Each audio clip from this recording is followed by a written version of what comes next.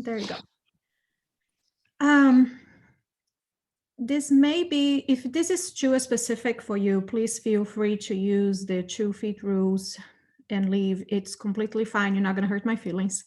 I'm going to focus on how to use behavior data to create graphs. We're going to go from data sheet to graphs. And I'm going to show a very, very simple way, and then a little bit more complicated way that you need to play around with Google Sheets a little bit more. The reason I started doing this, I was a SPED teacher for the past 8 years, and I first started doing this with my kids when I was collecting progress monitoring data, and I just wanted to have a visual way to show parents how they were doing. It worked for academic data, for behavior, for reading and math data, but was not like, sometimes I didn't have enough data to really show over time growth. But for behavior, behavior data, this is really the way to go. The key here is that when we are doing with behavior data, we need to have a strong data sheet first. We need to know what the behaviors that we are tracking, how often we are tracking that data, and what we really need, what we want graphs of. So I'm going to share my screen, and I'm going to I'm going to show you the data sheet first.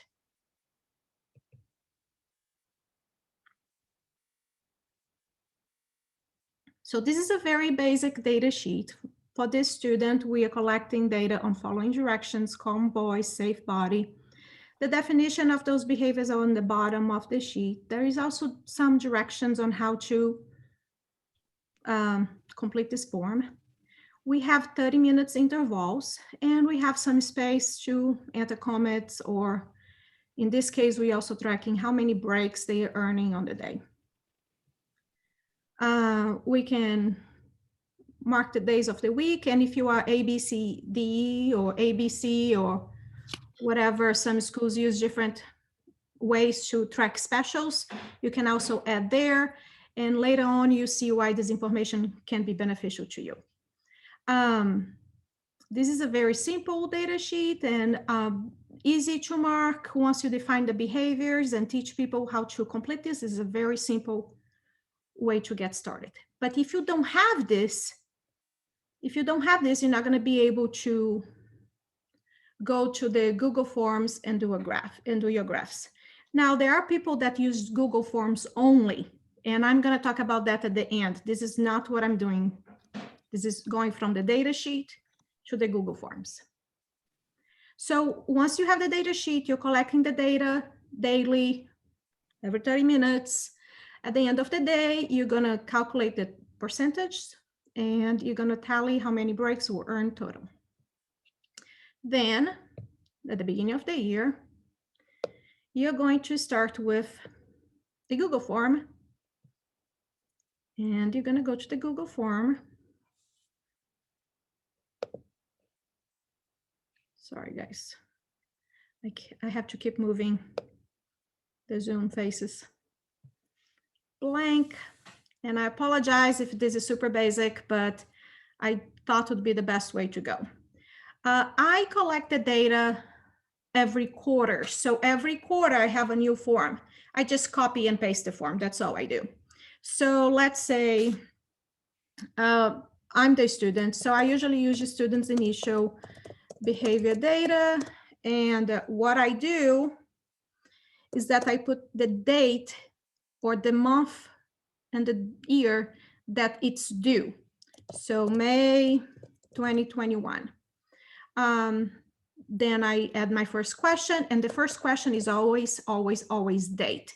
And the date that you're going to enter when you enter in your data is the date that the data sheet was completed. So if I'm doing this today, can you guys see the data sheet? Can you guys see my screen?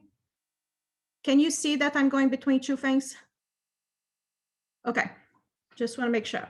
Yeah, we can see that. Yeah, and if you can drop anything you want to share into the chat, that'd be great, because you have some awesome forms I'd love to use. Yes, and everything that you see today, I'll be sharing on a folder on the grid. So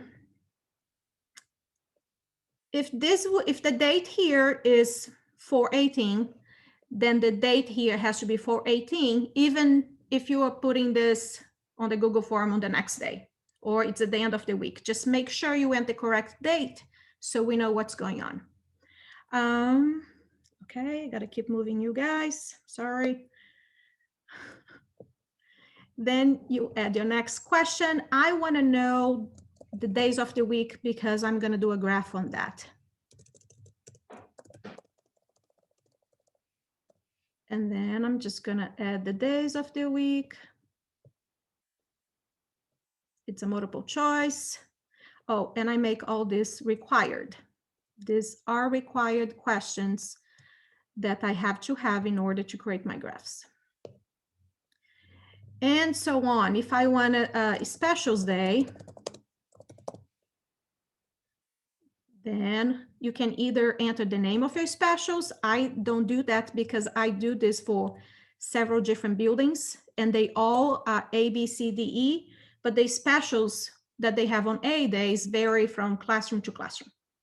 So I just do A, B, C, D, E. Again, this is a required one. Now I'm gonna go to my behaviors. So I call this expected behaviors just because I needed a name. The expected behaviors for this student.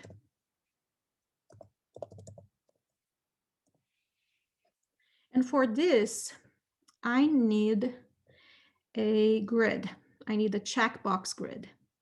Then I go back to my form. What are the 3 behaviors that I have? Following directions, calm voice, and safe body.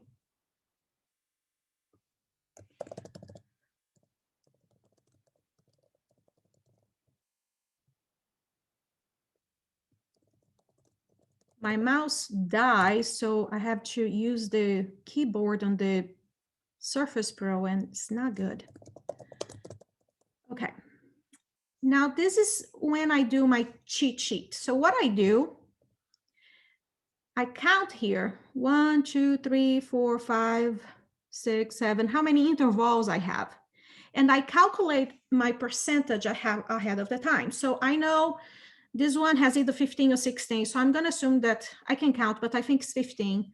So I know that if I have 15 yeses, I'm going to be at 100%. 100%. So if I have 14 yeses, I'm going to be around 94%, guys. And I do take a calculator and I do the percentages ahead of the time. So I don't have to do this every time. Now you may ask me, well, what if he's late? What if he's absent? What if he's leave early? It's okay. You ignore that data. You count how many. So let's say that the student was late and he didn't get to school until 10 o'clock. So now instead of having 15 intervals, you have 1, 2, 3, 4, you have 11. So then you calculate your percentage on 11 intervals instead of 15. And it's going to be a little off, but you're still going to be able to choose the closest percentage to that day. And it's not going to mess up your data. It's going to be fine. The other thing that people ask me a lot is like, oh, this student takes a nap. Sometimes they take a nap for 2 hours at the end of the day. What do I do with that? Again, you take that data, the time off, and calculate the percentage on the rest of the day. The reason we do that is because if a kid's not there, we can't track, we don't know how they were doing. If they are sleeping, well, we don't know if they're following directions either. Well, they are, they're sleeping, they calm because they're sleeping, and they're safe because they're sleeping. So we just ignore that time frame. However, oh, I get there in a little bit. So we keep doing this and adding the percentage. So for all yeses on all 15, it's 100% because it's 15. 14 yeses, 94. 13 yeses, I think is going to be around 88. And we keep doing this until we have all the percentages. So that's my title. Then I have another question that's earned breaks, because I want to know how many breaks the student earned, and I'm gonna do numbers only, and I put the message there so whoever is completing this form knows to enter numbers only. And I make this required. Oh, and this one here, I'm glad let me go back here. So require a response for each row. Yes, so that means that each of this row, you're gonna have to choose one number from the column. I'm gonna show you a completed one in a little bit. Then I may wanna have some comments. And the reason I like to have a comments, and I do not make this required, in a normal school year, COVID-free, we may be doing field trip. And I still want to know the data during field trip because some students struggle. So I may just put on my comments, field trip, or maybe we had an assembly from 2 to 3 and student, and maybe it's an area that we're trying to work with the students. So we just say assembly from 2 to 3. So those are good information for us when we're doing the progress monitoring or when we're talking to parents and the rest of the team with the data to remember. And especially when writing IP, maybe it's an accommodation that we need to add to the IP or 504, or maybe it's a sit kid. Those are type of important information that help us make decisions for the student. All right, I'm gonna show you how it looked like when it's completed. So this is the one that goes with this. For this specific kid, he didn't need to have the Mondays, the days of the week, or the ABCD days, the specials day. So I didn't add those questions. But I have the behaviors, all the percentages there. I have how many breaks. For this specific student, I want to know what time of the day he had the no for safe body, or if he was sleeping. And for this kid, I also made the comments area required for specific reasons that we do not need to talk about it. So let me show you something very quick here, what happens. So I'm gonna pretend I'm completing this today. And he, okay. He had 3 breaks and he had the no for safe body.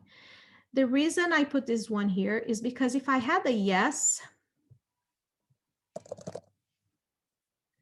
then it send me to this section where I can say what type of behavior he had when we marked a no. When he had the no here for safe body, what kind of behavior did he display? And I'm going to say that he threw objects and was playing with furniture. What time of the day that he had a no? I don't know. I have to go back to my data sheet and look at the time of the day. Let's say that was 9:30 and 10. So I mark 9:30 and 10. And I also see on my data sheet here that he slept from 2 to 1:30. Sorry, 12 to 1:30. So, oops, I did it wrong. So he had a no from 9:30 to 10 and 10 to 10:30. And he slept from 12 to 1:30. Now I can submit. Now, but let's suppose that he had the perfect day. Everything was 100%.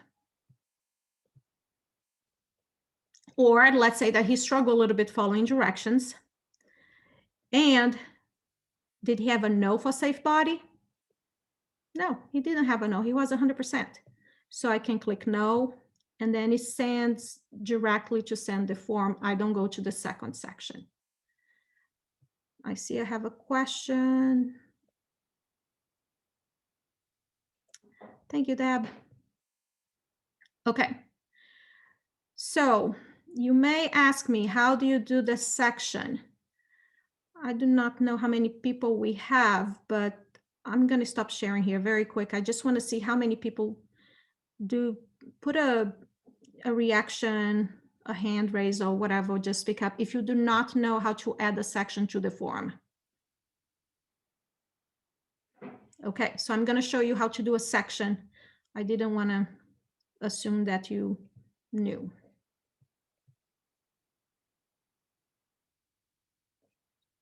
Okay, so this is our pretend form. So I'm going to enter a question here. And I'm going to say, safe body, no. Yes,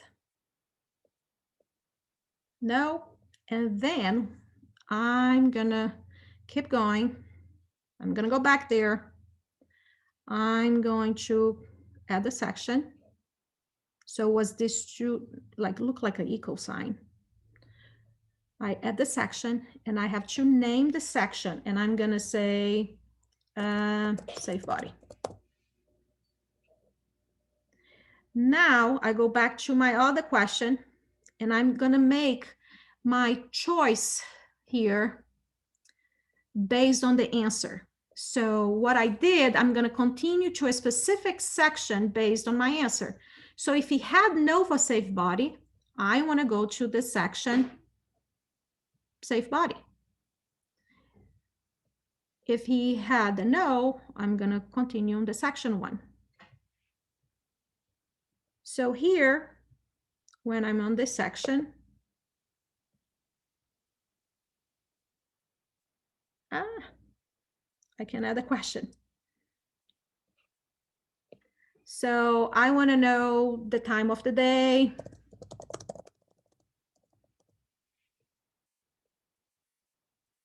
So I'm going to do a grid again. And I forgot what I did on the other one. Let me look very quick here. Yes, I just put a number because I have to put a number somewhere. I can actually just, yeah, I think I have to put the time of the day here. So you do 8:30, well, 8:30. And so, no, guys, it's not a grid. Sorry, it's a regular checkbox on this one.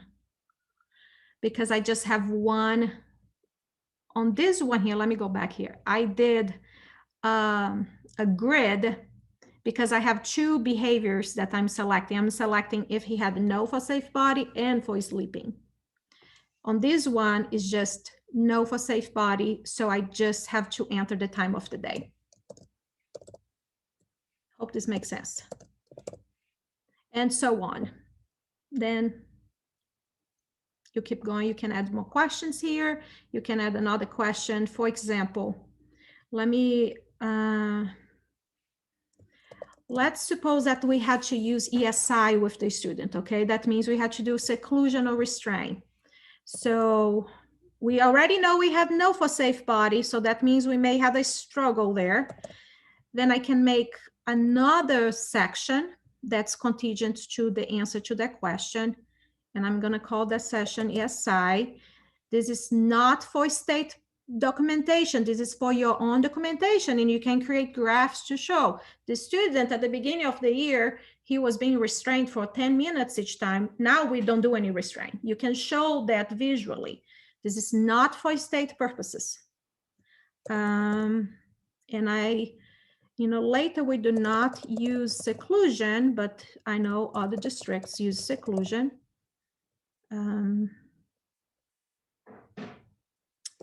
Both. Sometimes we use both. And then you go back there, make the question required.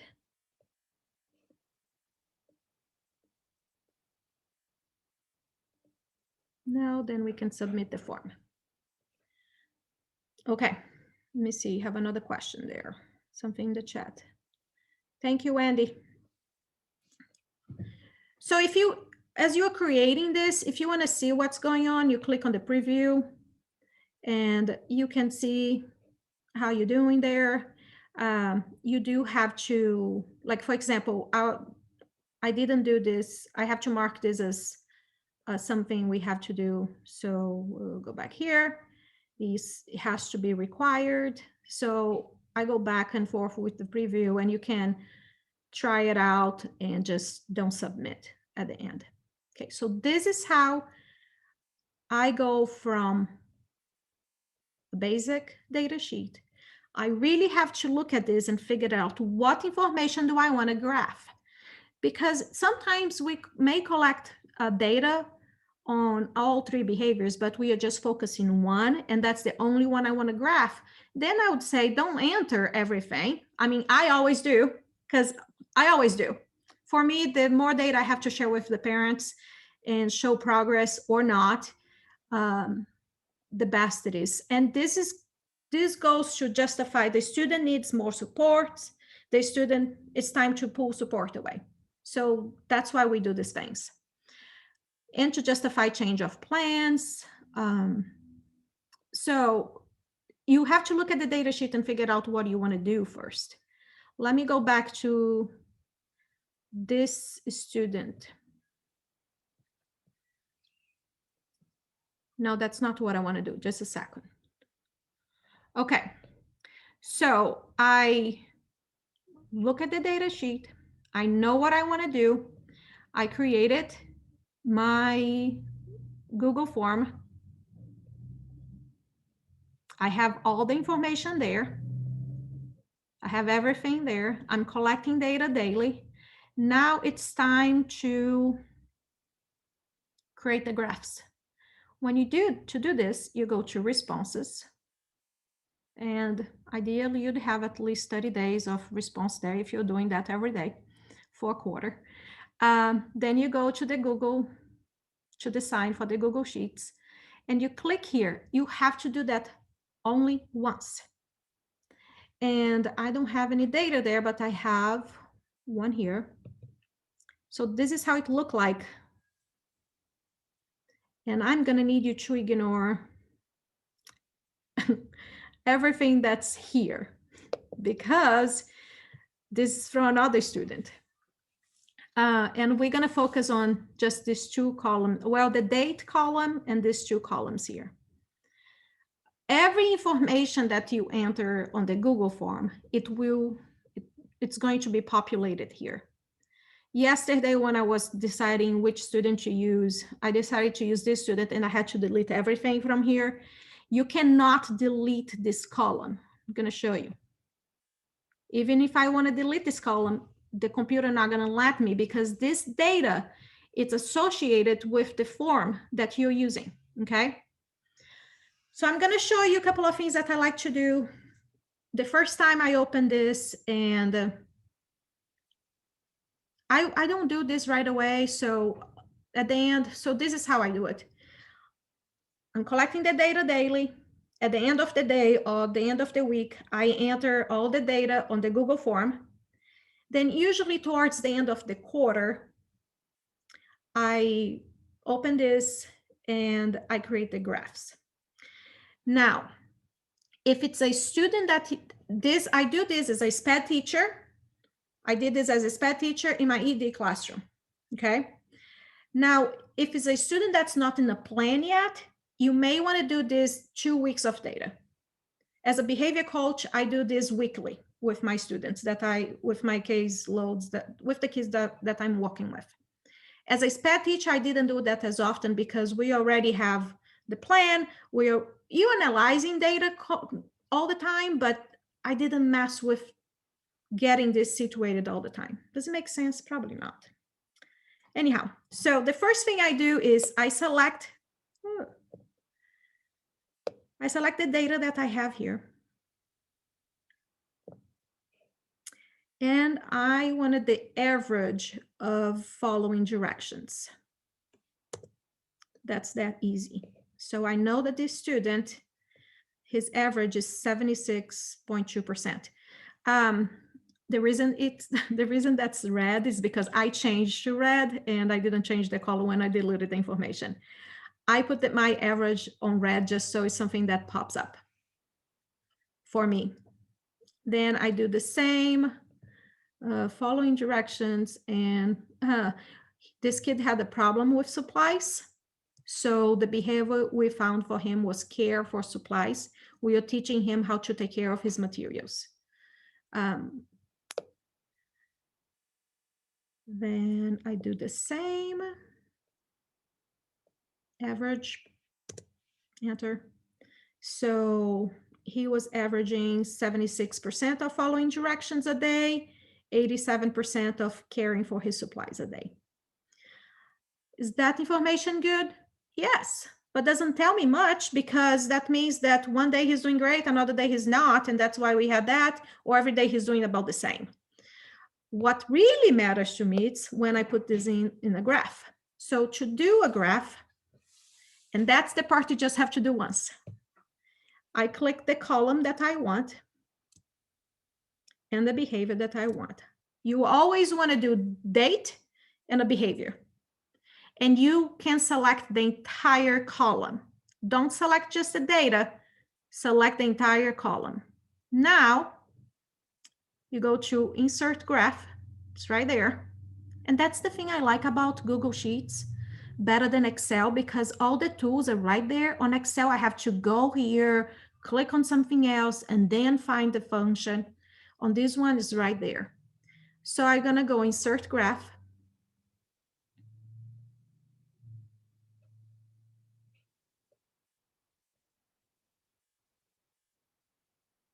Welcome back, Courtney.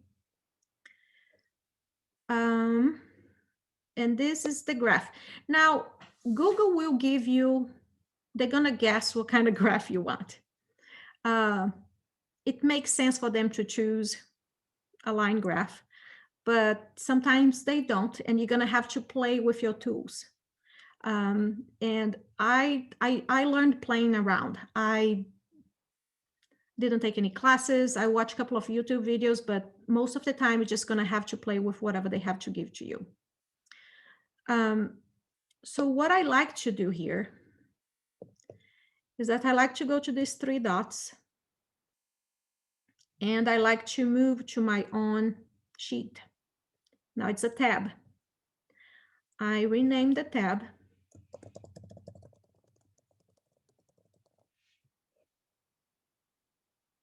Because now I know this is my graph for following directions.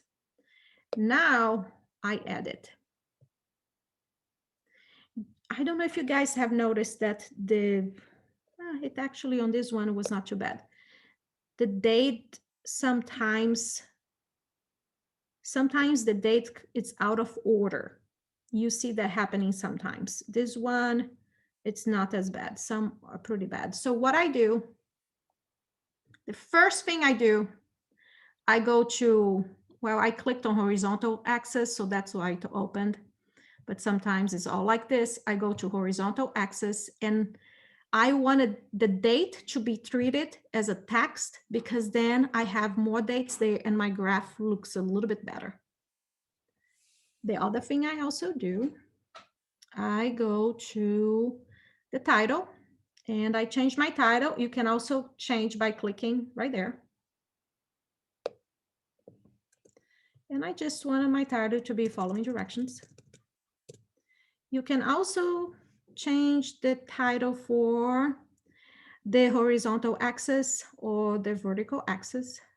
And I'm gonna do the vertical, and I probably just wanna do percentage there.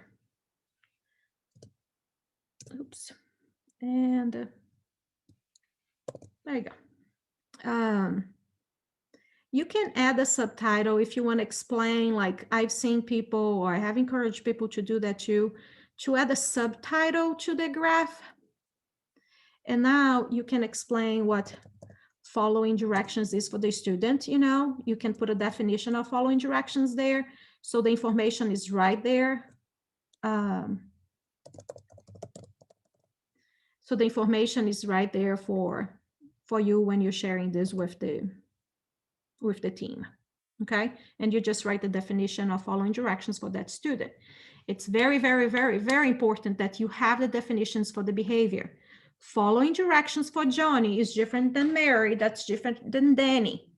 And if I ask, I know we're a small group, but if I ask each one of you what following directions is, we're gonna have whatever many people the definition. So if we have 5 people here, we're going to have 5 different definitions. So it's very, very, very, very important that the definition, it's based on the student. What is following directions for Johnny? Okay. Now, let me show you what else I like to do here. Next thing I do, it's a trend line. And I'm going to talk about the student later because you're going to see that my trend line is going down. It's not a good thing, guys. No, this is not what we want to see. I can also do this help. This can be very helpful to parents so they can see the numbers a little bit better. Sometimes, depending on the graph that you have, makes your graph pretty busy. So it's up to you if you're going to do the data labels or not. Let's leave it on.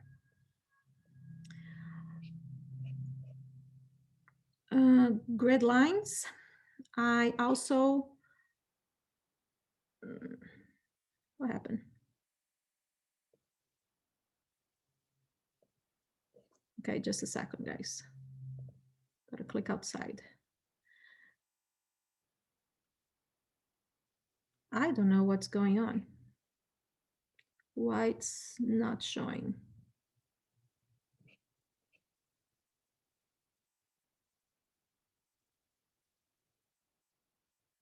No.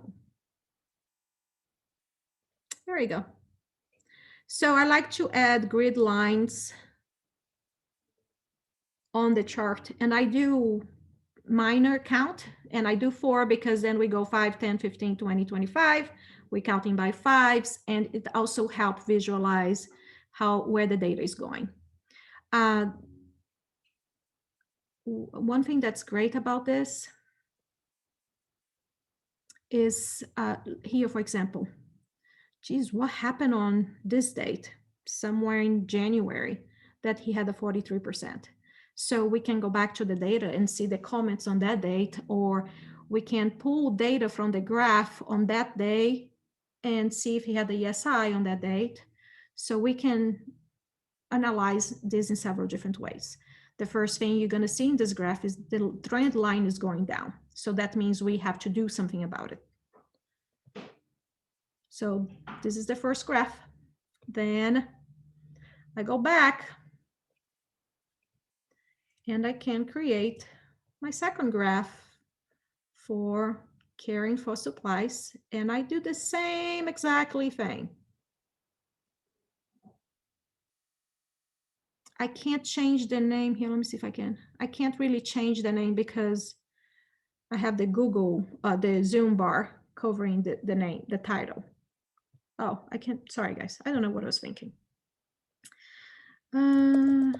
Care for supplies, add a chart, customize. First thing I do, treat label as text. It helps me. The chart style, I forgot to mention this. I like straight lines. I personally do not like smooth lines. I think they look weird, but maybe you like it. Title.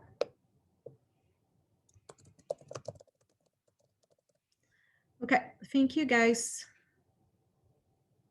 get the gist, right? Can't hear you. Trend line.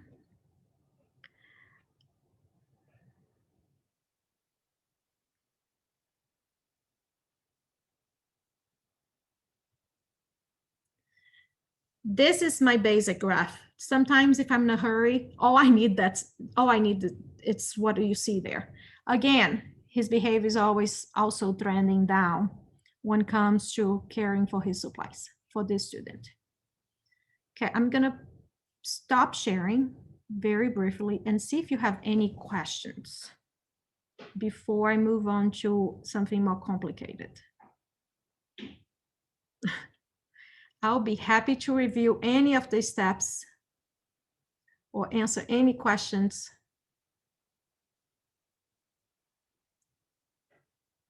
Okay, let's keep going.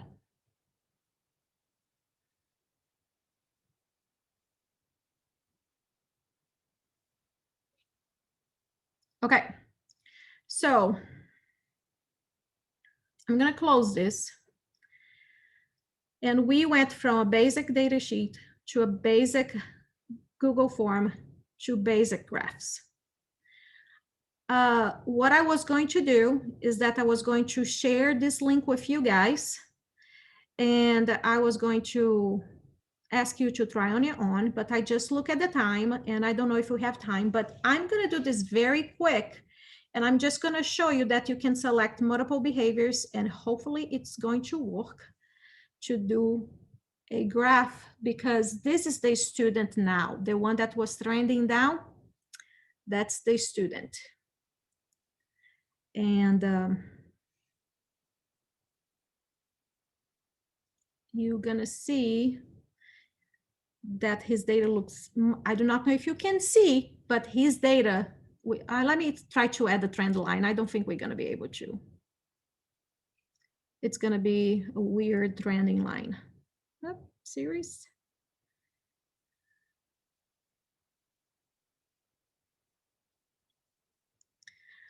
But can you see that the student's doing much better now?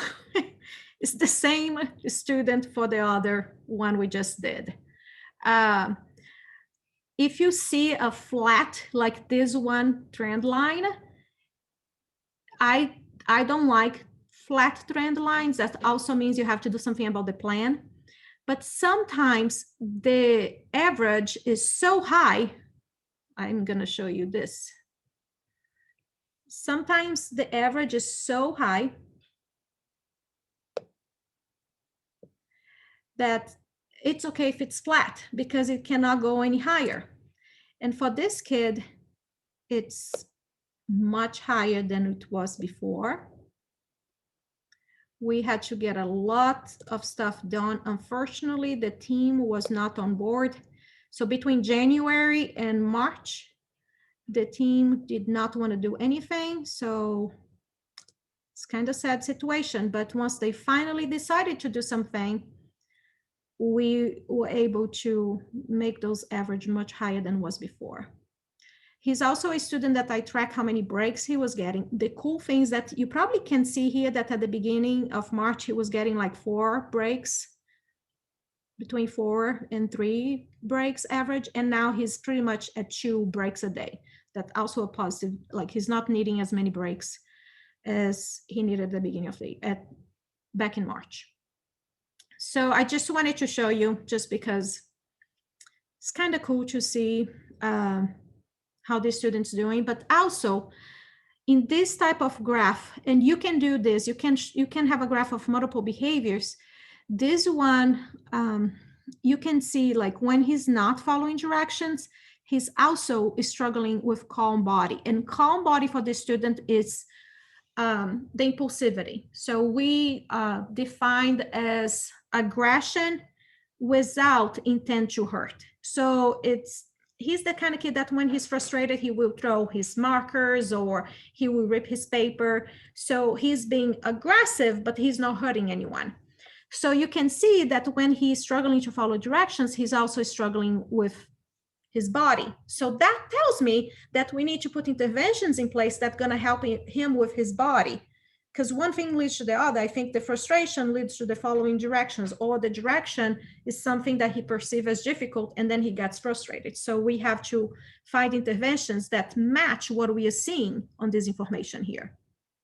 And he's still having some small safe body for him is when he is aggressive and the intention is to hurting someone. Like the other day, he hit someone at recess. And yes, because he didn't like how the kid was playing with him, so he hit someone. So we have sometimes little episodes like this, but it's way less than we had before.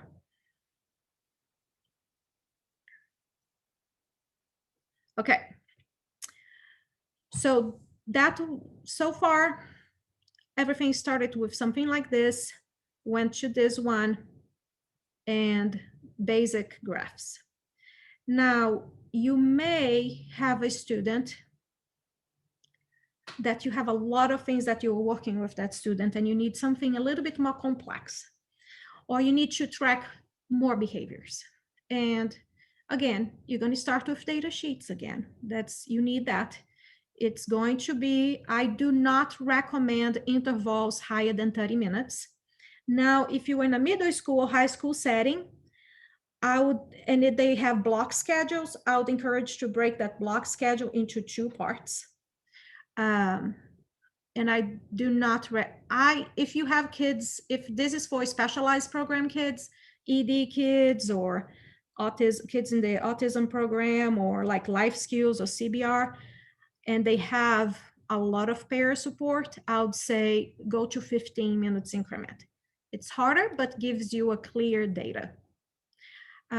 For your gen ed kid, I would keep 30 minutes. I do not, when we have data with intervals higher than 30 minutes, it doesn't give you a clear picture of what is going on.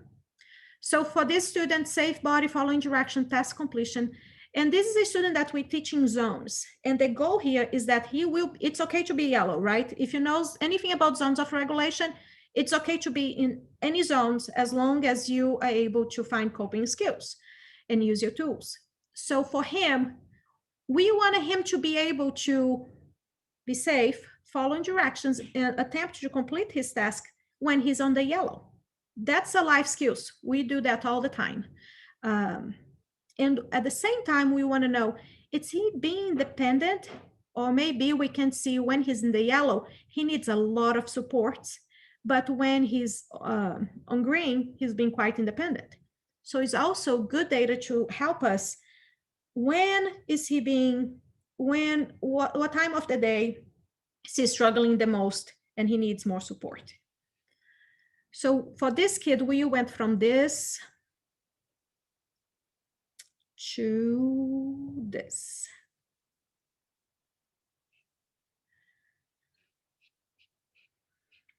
So he has the expected behavior, safe body, task completion, following directions. We also tracking the percentage of zones. So this was super easy to create, guys. All you have to do, it's duplicate and then change your title. So I'm gonna show you here, then I delete. So I duplicated expected behaviors, then I can just name zones. I can change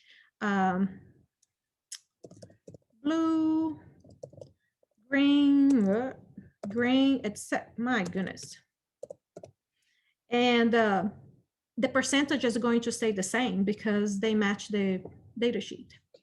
So this is super easy to do. Once you have one time, you can do it several different questions that look the same. The same for independence. Here, as I mentioned, we are tracking how he's doing on yellow or red zones. So when we choose yes, if he had the yellow or red zone on the day, then we choose the behavior that he was displaying. And I didn't finish this one, but we can do one for red, what time of the day was, or two, one for yellow or two for red. We define crisis. We have a definition for crisis for this kid. So we are timing how long he's in crisis. So we click yes for crisis. And did we need any SI? If we did, the time and duration. Okay. So as you can tell, way more information than, oops. And I want to show you what this is. This is the student, and this was for October, November. And I want to show you how it looked like after entering some responses. The Google form give you some graphs, but they are not good, and you cannot change them. You can copy, but they cannot be pasted on a Google sheet. You have to paste on a Google Doc. What I like on these graphs is because it gives me a bad idea. Like I would love to be able to change here the yellow zone to the yellow, to change the color from blue to yellow, but I can't. But it gives me an idea like, oh, he's struggling during class meeting and math. So when I do his Google sheet,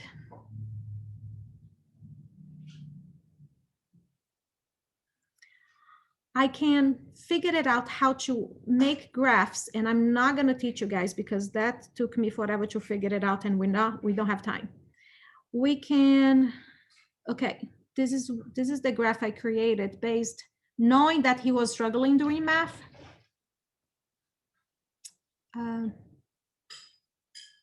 Okay, or maybe not. Let's try it again.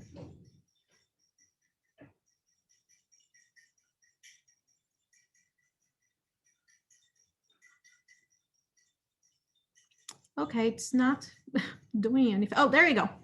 So what we did, I knew that he was struggling doing math. So I went to math only and I figured it out what was happening from the time we started the intervention to, I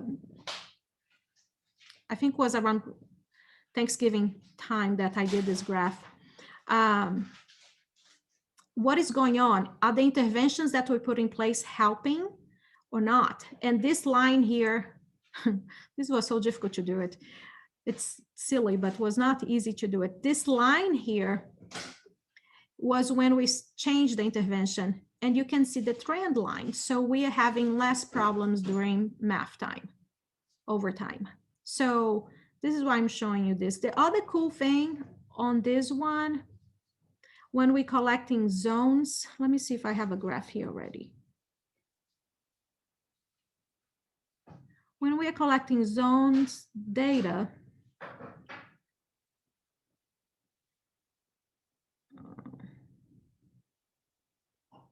what I do, I can do the percentage for, I'm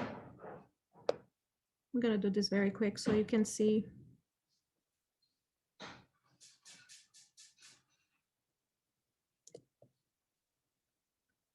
I'm just gonna do the green and the blue, just for sake of time. I do the average there, and then I can create a graph, a pie graph.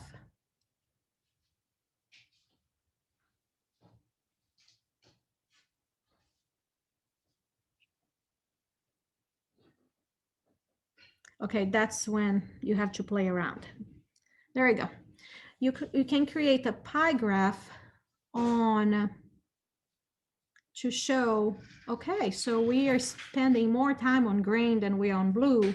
And when you do all 4 zones, it's pretty cool to see.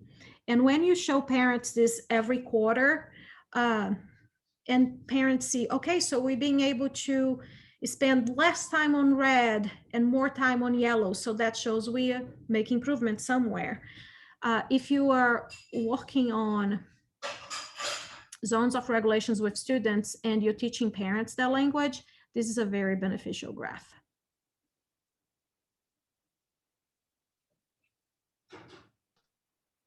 Hey, Juliana, can I ask a question about the zones of reg?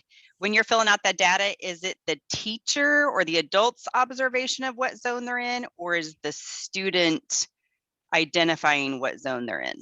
We do the adult, and we do have that conversation with, let me show you something very, I do not know if I have on this data sheet.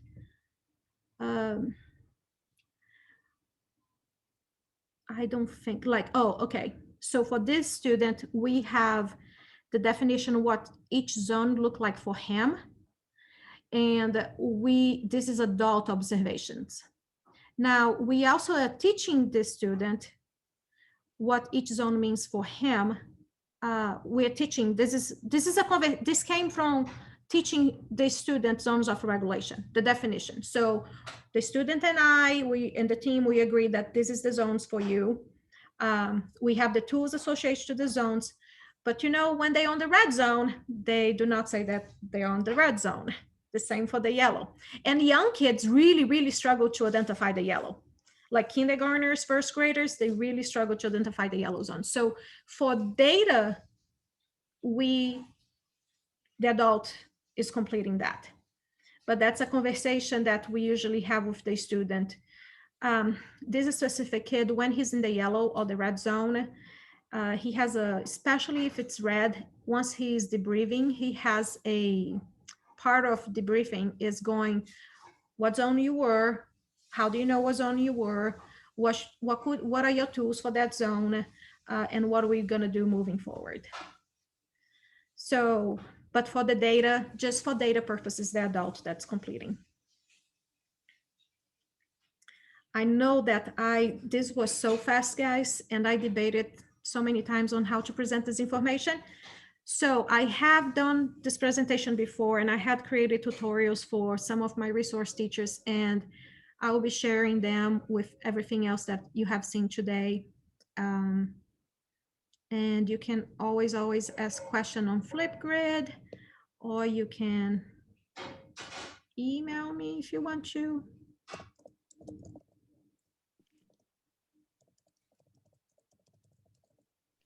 Juliana, this was great information. There's a lot I'm thinking about using with one of my students starting tomorrow, if I can. A lot of good things to help figure out what's going on with his behaviors, and good information on how to track that and then be able to show it visually. You did great and very helpful. So thank you very much. Thank you. It's one thing, I learned all this by doing it. So as you get used to it, you get better and it becomes a second nature.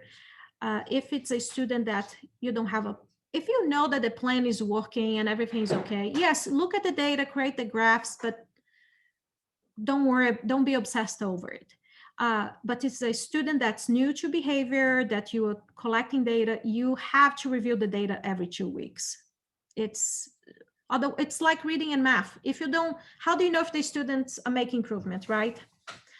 So you do some assessments and you go over, you compare the data from last week to this week, but with behavior, it has to be daily. It has to be in a shorter interval and has to be throughout the day and over time.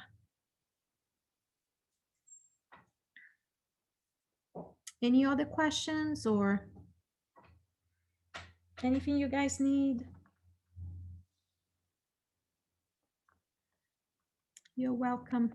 Would you, Juliana, would you be able to send that that form that you had put together for the different things? That was amazing. Thank you. I think it, okay, let me put on the chat and you tell me if it's gonna work. Okay. Oh, I can't minimize because I'm recording. Let me see. Oh, I can't get to the link because I can't minimize. Okay. I change because I'm going to share the Google form link that you can just make a copy and change to whatever Okay. you want. I don't know if it's going to work because, you know, the shortcut that you use, you remove edit and Yeah.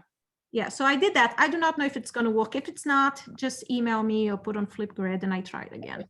Okay. Perfect. Thank you. It will be on the grid by the end of today.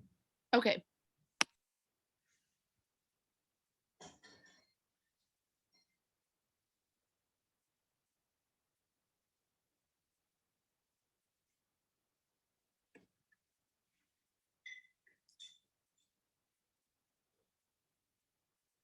We don't bite. You guys can talk.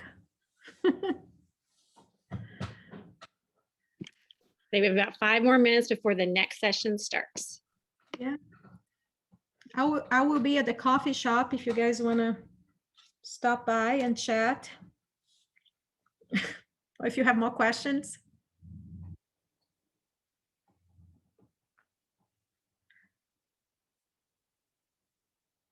Oh my goodness.